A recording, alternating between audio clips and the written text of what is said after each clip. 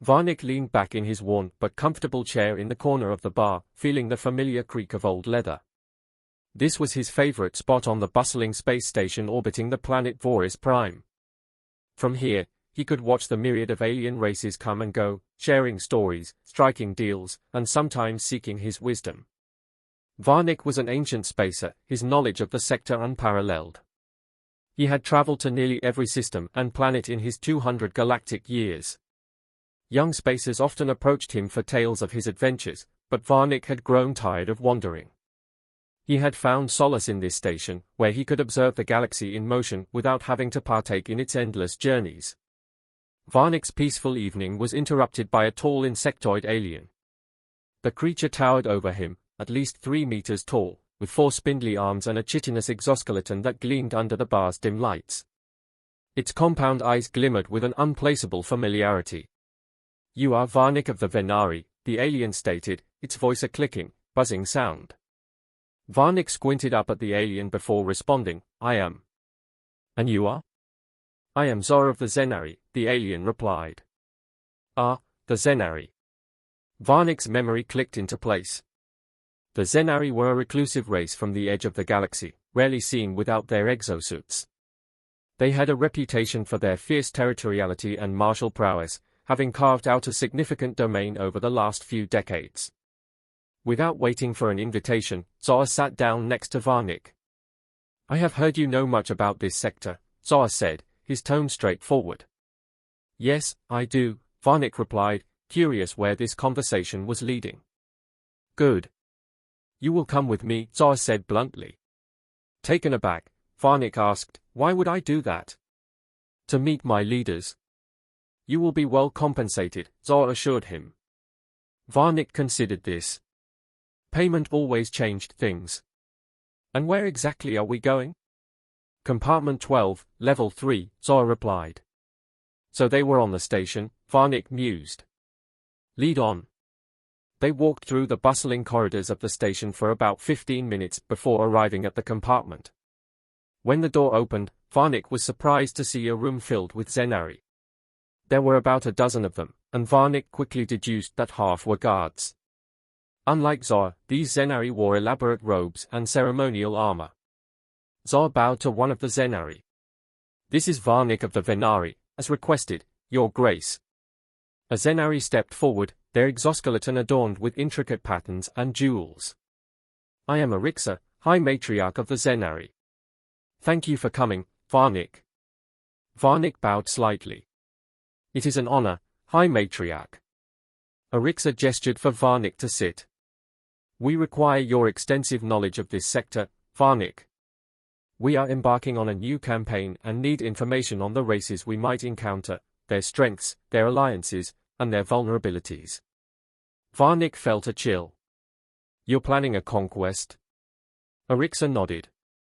"Yes, and we wish to avoid unnecessary bloodshed by understanding our potential adversaries." Varnick took a deep breath. "I have no desire to aid in war," he said firmly. The High Matriarch nodded. "We understand your hesitation. We offer you 3 million galactic credits for your assistance." Varnick's mind raced. That was a fortune, he could buy a small moon with that kind of money. He wrestled with his conscience but eventually nodded. "I will provide the information you seek." Arixa smiled. "Thank you, Varnick." A Zenari warrior stepped forward, projecting a holographic map of the sector. "We plan to engage the Arcturians first. We've heard they are formidable but are spread thin. What do you know of their capabilities?" Varnick's eyes widened. "The Arcturians are a warrior race. They have few systems, but their military is advanced, and their warriors highly trained. They won't be an easy target." The High Matriarch's expression hardened. "We will take that into consideration." "What of the Minis?" "The Minis are a peaceful race but are protected by a coalition of allies, including the powerful Zelda Republic. Any attack on them would provoke a significant military response." The room was silent as the Zenari leaders absorbed this information. The High Matriarch then spoke. "And what of the humans?" "We have heard they are afraid of war." Varnick laughed, a harsh, bitter sound. Afraid of war? No. They fear what war makes them become. The humans are a young race but incredibly adaptable and resilient. They have a history of brutal internal conflicts, and when pushed, they can be relentless and merciless. The High Matriarch's eyes narrowed. Explain. Varnick recounted the history of humanity's rise, their early spacefaring days, and the catastrophic wars that had shaped them. They learned from every conflict, becoming more efficient and deadly. If you attack them, they will retaliate with a ferocity you cannot imagine. Arixa seemed to ponder this. We have underestimated them, it seems. Varnick nodded gravely. And if you threaten their home, they will stop at nothing to protect it. The High Matriarch looked at the map, deep in thought. Thank you, Varnick. Your information is invaluable. Varnick stood, feeling a weight lift from his shoulders. I hope you use it wisely. As he left the compartment, Varnick couldn't help but feel a twinge of guilt. He had given the Zenari what they wanted, but he had also sown the seeds of caution. Only time would tell if it was enough to prevent another war in this fragile sector of the galaxy. Part 2, The Consequences. 3 years had passed since Varnick provided the Zenari with his knowledge. The sector had been in turmoil ever since. Varnick now spent most of his time in the same corner of the bar, quietly observing the fallout from his actions. The Zenari had heeded some of Varnick's warnings. They initially avoided direct confrontation with the humans, focusing instead on the Arcturians and other smaller races. But the campaign was far from smooth. The Arcturians, though spread thin, put up a fierce resistance. The Zenari found themselves bogged down in a protracted conflict, and their resources were stretched to the limit. Meanwhile, the humans had not been idle. They had learned of the Zenari's ambitions and began fortifying their systems. They formed alliances with several other races, including the Selda Republic and remnants of the Tasian survivors. Varnick's warnings had reached sympathetic ears, and a coalition was formed to counter the Zenari threat. One evening, as Varnick nursed a drink, a familiar figure approached his table. It was Zor, looking more haggard than before. May I sit? Zor asked, his voice tinged with weariness. Varnick nodded. Of course. What brings you back here, Zor? Zor sighed as he sank into the chair. The campaign has not gone as planned. The Arcturians have been relentless, and the humans, they have rallied an impressive coalition. Varnick sipped his drink thoughtfully. I warned you about underestimating the humans. Zor nodded. You did, and for that, I am grateful. Your information has saved many of our lives, but it seems our leaders were too arrogant to fully heed your warnings. Varnick leaned back. And what of the High Matriarch? She has been deposed, Zor said quietly. A faction within our own ranks, unhappy with the direction of the war, took control. They are seeking peace now, but the damage has been done. Varnick shook his head. Peace will be hard to come by. The humans and their allies have long memories, and they won't easily forget the Zenari aggression. Zor's antennae drooped. I know. That's why I'm here. The new leadership wants to negotiate directly with the humans. They believe you might be able to facilitate a meeting.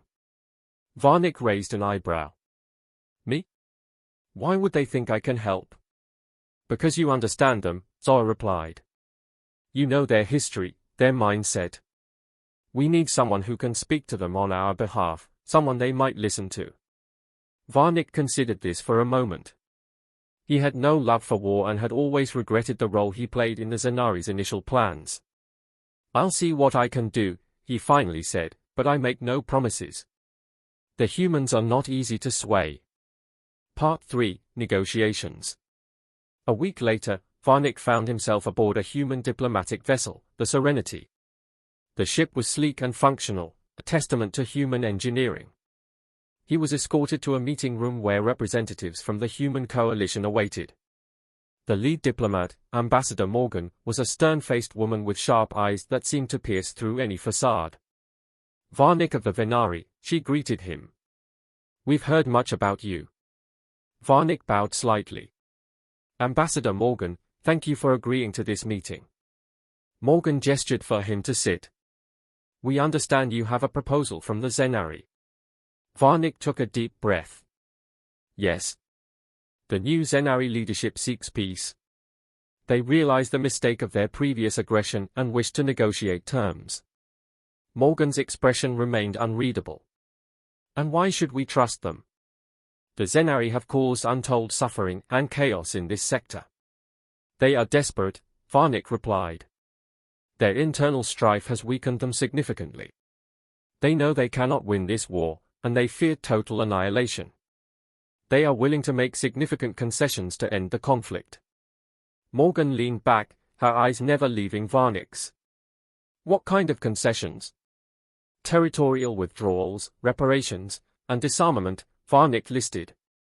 They are also willing to hand over those responsible for the most egregious acts, including the former High Matriarch and her war council. The room was silent as the human representatives considered this. Finally, Morgan spoke again. We will need more than words, Varnick. We need guarantees. Varnick nodded. Of course.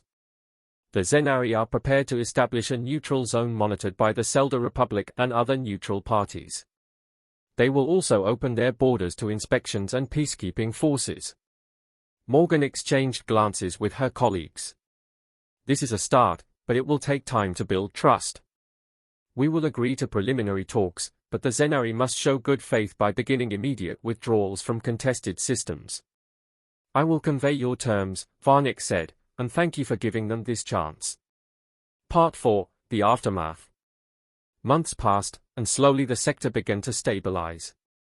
The Zenari withdrew from occupied territories, and reparations started flowing to the affected races. The Selda Republic and other neutral parties set up monitoring stations and peacekeeping forces to ensure compliance. Varnick continued to play a crucial role in the negotiations, acting as a mediator and advisor. His knowledge and impartiality earned him respect from all sides. One day, as he sat in his favorite chair at the bar, now a symbol of hope and reconciliation, a young human approached him. Are you Varnick? The young man asked, or in his voice. Varnick smiled. I am. My name is Alex, the young man said. I just wanted to thank you. My family was caught in the conflict, and because of your efforts, we can finally rebuild our lives. Varnick's heart swelled with a mixture of pride and relief. Thank you, Alex. I'm glad I could help. As Alex left, Varnick reflected on the events of the past few years. The galaxy was still a dangerous place, but perhaps, just perhaps, there was hope for a more peaceful future. And in his small corner of the universe, Varnick would continue to watch, guide, and share his wisdom with those who needed it.